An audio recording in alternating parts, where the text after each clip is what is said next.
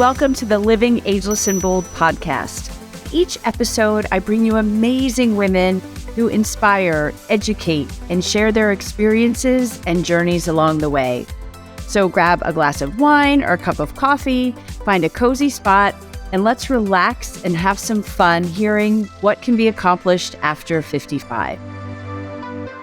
Hi, everybody. Welcome to this week's episode of Living Ageless and Bold. What happens when a woman over 50 becomes one of TikTok's sharpest, funniest pop culture voices? Lori Altermann is proving midlife isn't a slowdown, it's a new beginning.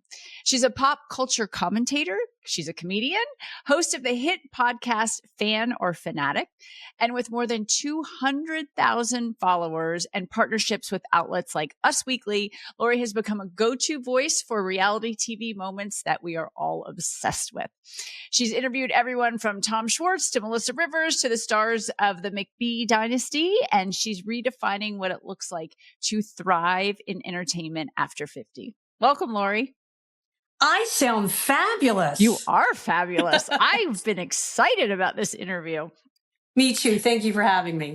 My listeners know I am a little Hollywood obsessed. Like I do love that. It's just fun. And I'm in my late 50s. But let's talk a little bit about your background and how did you get into this? So I too am in my late 50s. And before I had kids in 2000, my hope and dream was to be in Hollywood, on TV, on a sitcom, Saturday Night Live. And so my track was doing stand-up, improv, acting. And at that time, I was on TV and radio where I grew up in Atlanta. Well, I never thought I wanted to get married or have kids, but then I met this guy in 96, back in the 1900s. I got married in 96. I hear you, girl. There you go. Fell in love. And the danger of making money from something you don't have a passion for while you're pursuing your passion. To make ends meet when I was trying to become famous, I sold TV and radio ads and made a lot of money. So I figured when I met my husband, I'll just do that. I'm good at it. I'm making a ton of money.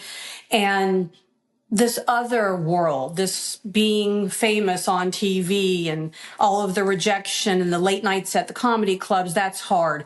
So I, without any regrets, put it to the side for 24 years. I had 2 girls, and I was lucky enough to stay home with both of them. And for my personality, parenting did not come naturally. I love my girls, but it took me to my knees. It was very humbling.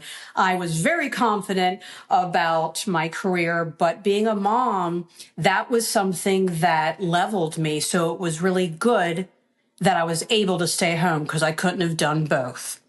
Lori, I love that you're saying that, because especially now, like we didn't have social media when our kids were young. So we didn't have to compare ourselves to all these unrealistic things that were out there. But I mentor students at Virginia Tech and they're like, oh my God, you've been married for 30 years and you have 2 kids. And I'm like, listen, it's hard. And nobody's going to tell you that. And nobody's going to tell you how hard motherhood is and how hard motherhood is on your relationship. And it's real. Like I wasn't a good mom. I mean, I wasn't a good baby mom. I was a really good teenage mom because I'll talk about anything. What do you want to talk about? All the kids whose parents wouldn't talk to them about anything would come to my house. And I beat myself up for years over that. But that's okay. Like it's okay to not be great at everything. So all you moms out there like us, just know you're not alone. Now go ahead. You're not Sorry. alone. And it's taboo, and it certainly was when I was raising my girls, to admit that I don't know what I'm doing and I'm scared. And like most moms, my kids had a lot of physical and mental and all kinds of challenges. And it just changed my life. And lucky for me, despite me, they both turned out fabulously, and they are 26 and 22 now. When the younger one went to college and the dog died, and we moved the same week, I had a nervous breakdown. Oh, right? As well you should. And I was very smart. I got some real help. I wanted to go to a rehab fancy Malibu place where you have nervous breakdowns, but you have to have an addiction. So I was like, oh my God. And all my addictions, they're like, no, it's not Netflix. It's not Amazon. It's not 2 martinis. It's not, but so I had to do online therapy, and I did it for years, a lot of trauma therapy because I'm funny. As I raised my kids, I really just put on sort of the Lori show, and I made jokes about a lot of things to get through it. And I just put my feelings underneath a lot of humor. And once I learned that it's okay to freak out, to cry, to not be funny all the time, to not be on all the time, it changed my whole life. It's and okay to not too. be okay. Mm-hmm. So I was faced with, now what do? I'm empty nested, and I don't want to go back to traditional stand-up, and I'm too old to stay up late to be on SNL.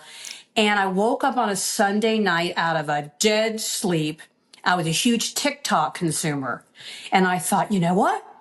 I'm going to do TikTok. I'm going to talk about the things I love. Skincare, makeup, hair. I had cancer. I didn't have my tits put back on. I went through menopause with no medicine, and I'm just going to do that. Well, my friends and family thought I was crazy, especially my daughters.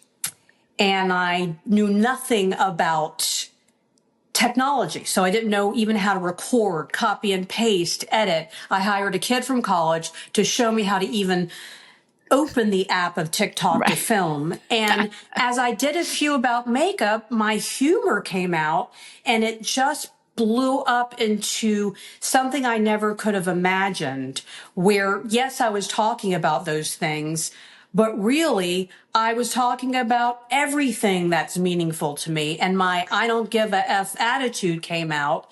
And it's just been crazy. So what resonates with viewers and followers is my authenticness, my no filter, my realness. And, it's a turnoff for some that there is no filter. I don't care. But I think what the world needs is someone just giving it to them real.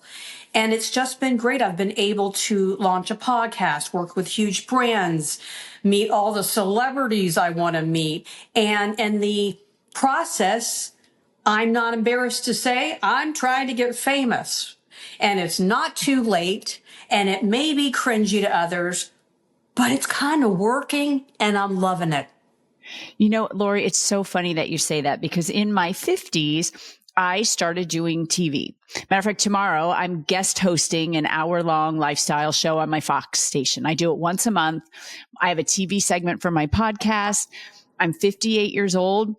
I'm like, I'm okay with that. I'm pretty excited about it. Like, if you had asked me, even at 50, Christina, you're going to be on TV once, twice, 3 times a month. You're going to be known, locally.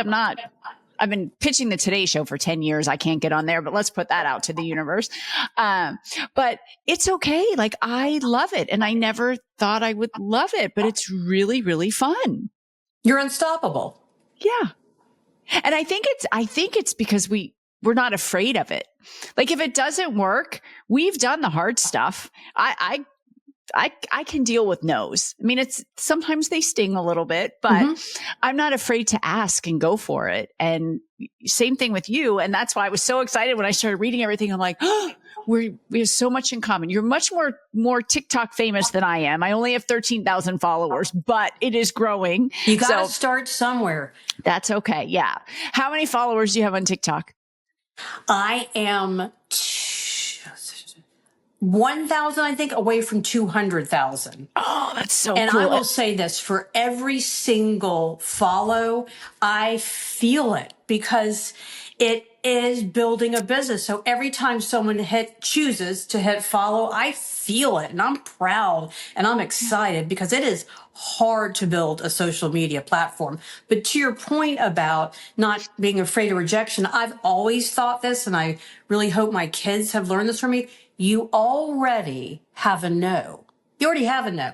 So the Today Show already said no to you, even if you haven't gone for it. So you might as well go for it because you're already not on. So if they keep saying no, it's the same thing. So you might as well try. Yeah. And I try other things now too. And all these other things have happened. And I truly believe that those no's lead to something else. There's a reason. Maybe if they had said yes, I wouldn't be guest hosting every single month, which I love, which I never in a million years would have dreamed of. And all the hosts there, they're all like my kids' age. They're all in their 20s. So I love it. I love it. And they'll have a guest come on who talks about like motherhood or whatever. One of them's just now pregnant, but there's no kids, nothing. They're like, Christina, you take that interview. Like you probably have, like they'd be fine. They're professionals, but I can relate to them because I talk to women our age every single day.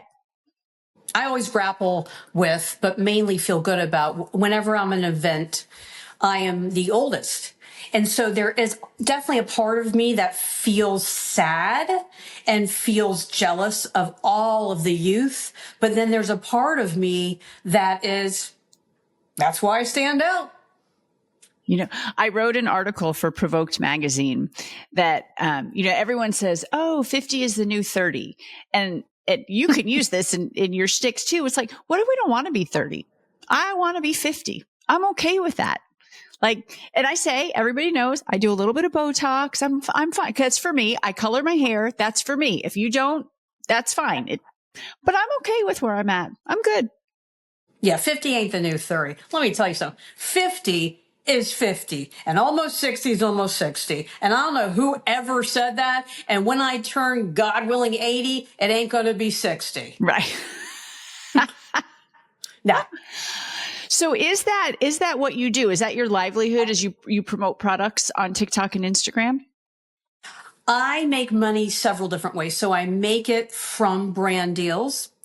I am working to make it from sponsorships of my podcast. And I make it from appearances. Listen, I'll take it any way I can. And I never was in it for the money, but it's really nice. And I work hard and it's ever evolving. And so my hope is to have a consistent paycheck from some sort of on-air situation. Tell us about your podcast. So it's called Fan or Fanatic. Okay. And I am a true, unapologetic fan and fanatic of many celebrities. And I'm always trying to explain the difference. So being a fan is you are around them and you've enjoyed their work and you're getting a little buzz off being near them. But a fanatic is you can't feel your toes. If this was the last interaction you had, you would die happy and you almost feel out of body. And now that I'm with a lot of celebrities, I feel mainly, which is good, fan. But once in a while, I'm like, oh my God. And so at the end of every podcast, I ask them what they think I am. And it's interesting, their take on it. And only a few times I've thought to myself after this interview, I'm neither. I'm like, I don't even know if I'm a fan anymore. And I've converted. Sometimes I'm like, well, I think I am a fanatic, or I think I'm just a fan now. But it's just all light and fun. And the world that is not so light, I just love celebrity and I love Hollywood and I love pop culture. And being almost 60, I love it even more, which kind of is unusual. Who's your number one fanatic? I met, so I love reality TV, and Southern Charm is my favorite show. And I've been emailing and texting with Miss Patricia for years. She became a fan of mine first. And Oh, this is an interesting story, but I'm a fanatic of hers. And we've tried to meet up a few times for me to interview her, which I think is going to finally happen next month. When I went to BravoCon a few weeks yeah. ago, I meet her and this is a reality check. I said, oh, no, no. She knew exactly who I was. Her friend said, how do you know Miss Patricia? I said what I normally would say when I'm with a celebrity. Oh, I've been a fan of Southern Charm and Miss Patricia schooled me, corrected me, and said, no, no, no, we've been talking for years. Like, you're not my fan, we're friends. And so that took me from fanatic to just dead. And she was Wow. more beautiful and more charming and so engaged and present. It just, they say don't meet your heroes. She was even better. But what a great lesson for anybody listening or watching that. And I always say this too, because back in the day, I used to do event planning and I booked the Dave Matthews Band 2 weeks before they were on the radio. And I took their rider. I'm like, you're not getting that. You're not getting that. Who do you think you are? Well, now we know 30 years later. But you know what? They're just like us. They just get paid to act or entertain or sing or whatever that is. So they get paid a little bit more than we do, but they really are. I worked with this band this one time. They were really popular back in the 90s.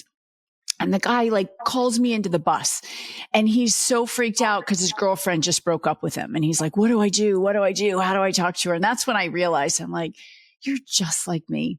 You're just like me. I'm putting this concert on and you're singing in it, but we're no different.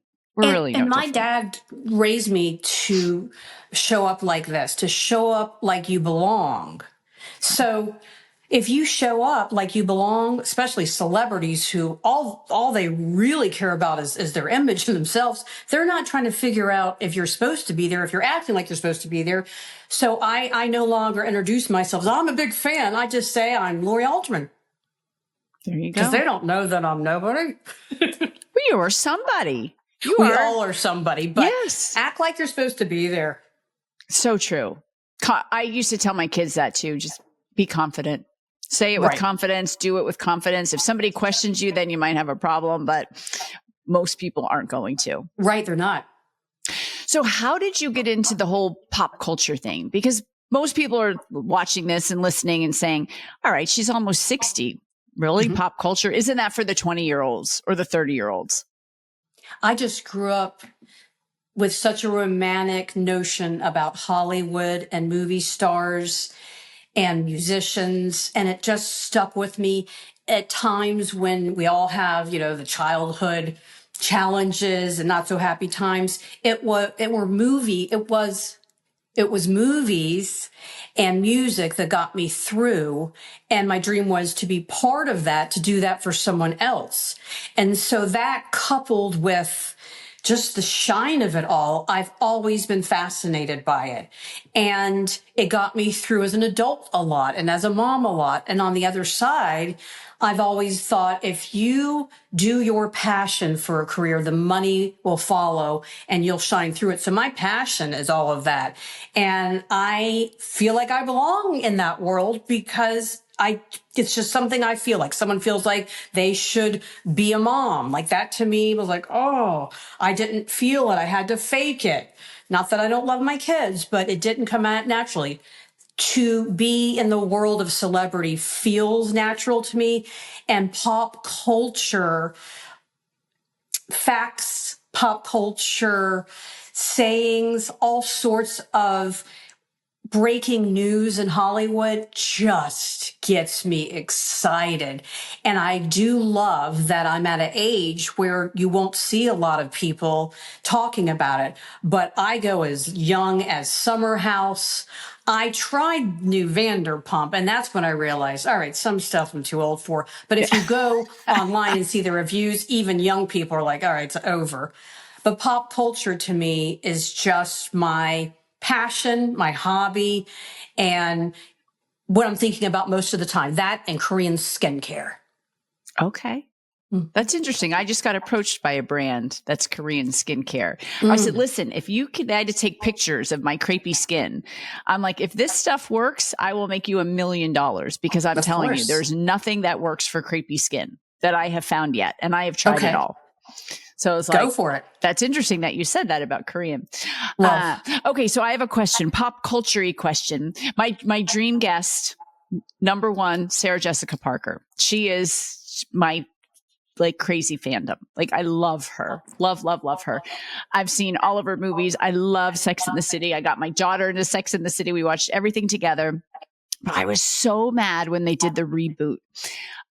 When she went on set and she was graying, and it was just the hate press that was out there about, oh, how can she be out there? Look at her hair. And I wanted to look and see. I'm like, is that like a 25-year-old writing this article? Because guess what, honey, you're going to look like that one day too. But what do you think about this whole thing? Because I do think women over 50 are much more empowered in Hollywood than they used to be. Oh, yes. I mean, look at Demi Moore, who she just had such a phenomenal year last year. But from a pop culture perspective, what are you seeing?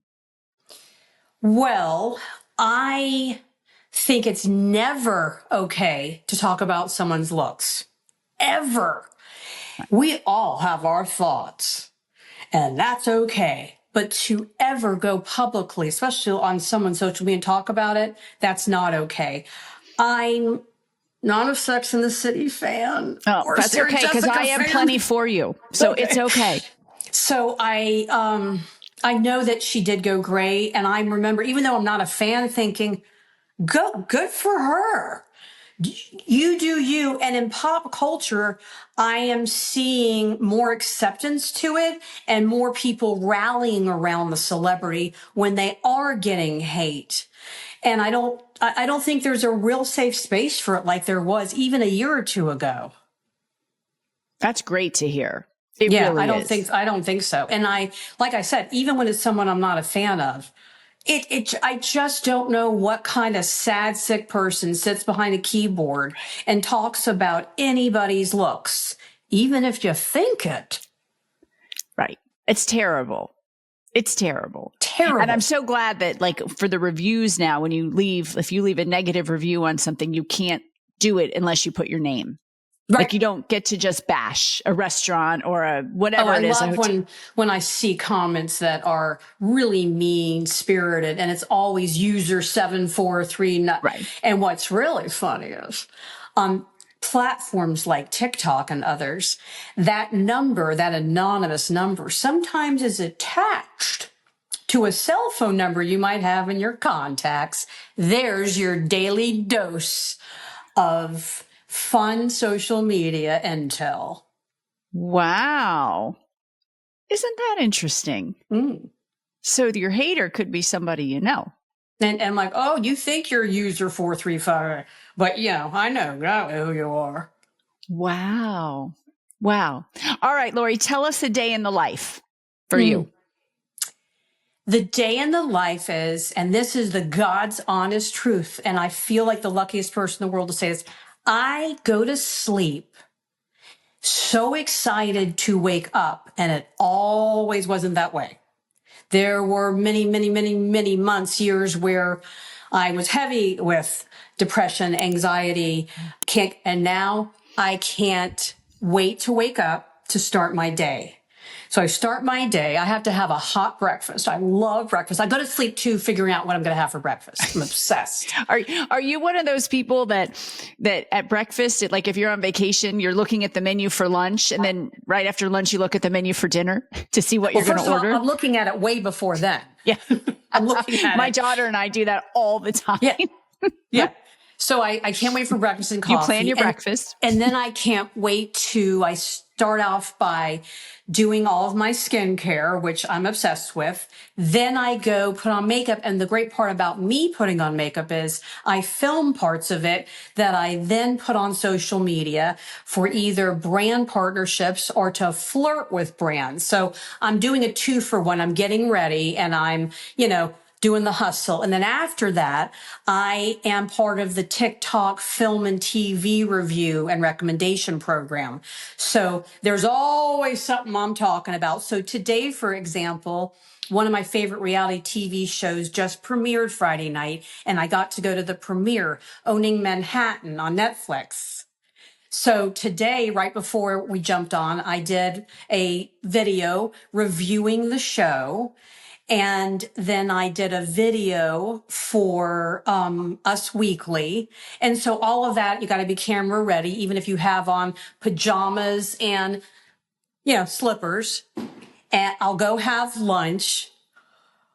Lately, exercise is the worst, most hard, most challenging part of my life. It's like not even something I can talk about. It's so disturbing. I'll go do a few little weights. And then I get back to recording. It's really just a lot of recording and content, and then watching all of the shows to do the content. Yeah. And it's my passion. I'm already watching Real Housewives of Beverly Hills, and now I get to go on in front of all these people and tell them what I think. How fun. It's fun. How fun. And who would think at our age that you could do this? Well, I'll tell you what, I did and you do. I'm telling you, everybody listening and watching, ladies, it is never too late to live your dreams. Even if your friends, your family, and even strangers tell you it's stupid, it's weird, just gives you more fire. Secret, they're not your friends. And they never were. No, it's so fun. And as I interviewed a couple weeks ago, a mother-daughter duo, and the mother's 94, and they wrote a book together that. Oh, I saw that. She was so good. The 94-year-old. I was like, Gwen, I want to get on a plane and come to Boston and just sit in a room with you and talk. Because again, these 20-year-olds might look different but we have so much up here that we can bring to. You're reviewing things like the Housewives, and the Housewives of Beverly Hills, are our age. At least some of them are. So I always say there's so perspective that we bring, wisdom that we bring at this age that not every 28-year-old is going to have. Yeah, you can't fake it. No, we've real lived experiences. What is your favorite part of what you're doing now in your life? Making people laugh, having people say, I'm going through something or having this horrible day, and you popped up. It's everything. How many times a day are you posting on TikTok? At least once. Okay. So you're not on there like 10 times a day, just constantly. That would kill the algorithm. That's the other thing that's been really interesting is learning. It's really a game, and there's so many behind the scenes and things that for me as an almost 6-year-old, I would have never known or guessed or I wouldn't have been available to understand, but now I do. It's a game. And so, yeah, you can't post too much. You need to post enough. You need to post, there's certain durations of time you have to wait.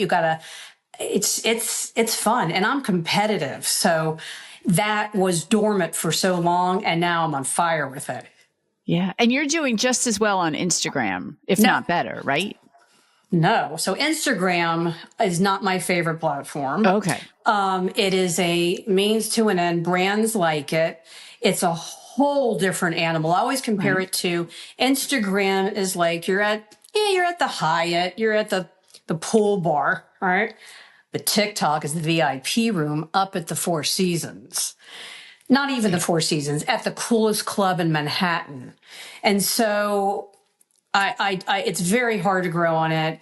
It is a very different audience. Things that go viral on TikTok, and this is for everybody, people on Instagram will like unfollow you for. It is so funny you say that. Because I'll put stuff on TikTok, and I have couple things that have gone viral, and I'll put it on TikTok and I'll get 15,000 views. And I'll put it on Instagram, I'll get 17.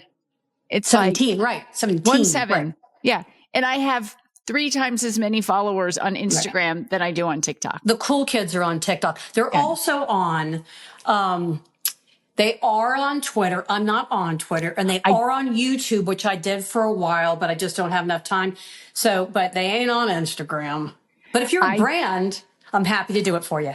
I just revamped my Twitter. I changed everything. Cool. I totally redid it as a lifestyle host and a UGC creator just last week. And now I'm posting anyway. So why not, change the post a little and throw it on Twitter. Tell you what, I just went on and I was like, really? So Facebook reached out. They're paying people to come on and do the thing. And at first I was like, I'm not at Facebook. I'm way too cool. Like, but I really need the money. Facebook is actually really relevant right now. Is it because all the ads and stuff? I'm just like, ugh. But it's related to Instagram. It's still Meta, but it's cooler than Instagram. Interesting. Because I was thinking of starting a Living Ageless and Bold page group. Anyone feel free to reach out. Tell me yay or nay if you'd like it. But I'm like, oh, it's so hard to grow it. And it's just a lot of effort, where TikTok is just fun. Like, I love doing TikTok and people love it. They're like you said, somebody will say, I was having the worst day. I needed this. Thank you. Because I just give inspiration for empty nest and reinvention. And you feel so good when you do that. Yeah. Yeah. So, yeah, okay. My happy place is TikTok. I know. Me too.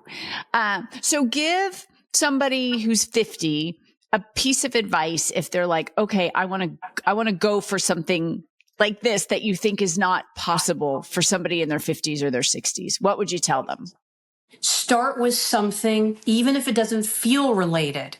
So if you're somebody who's like, I love to garden, but I what am I doing with that? I'm not going to have a gardening show, and I'm not going to go to a floral shop you love and volunteer. And then while you're there, you'll learn some skills. Maybe you meet someone who you start small. If you have a passion, put it in your life in some way. That is such an excellent point to wrap up and I have found this with the women that I interviewed. What is your passion now? Right. And you might not know it. I didn't know that I would love doing lifestyle segments on TV and doing all this women over 50. I'm writing. I love it. I love it. Like you said, I get excited to get up every day. That's what you need to find. Like, what's burning in your belly that you just want to do? And it doesn't even have to be burning. It can just be like, well, I've always kind of loved to read. Yeah. So go work at a bookstore, go work at a library, go read. Just put it in your life, and then it might grow some legs. I love that. All right, Lori, where can people find you? At Lori Altermann, TikTok, Facebook, Instagram, and on all streaming platforms on my Fan or Fanatic podcast. Awesome. Thank you so much. Everybody watching and listening, if you have a friend who needs a laugh, share Lori with them, and make sure you go check her out on all her platforms and check out her podcast too. Thanks, Lori. Thank you. This was fun.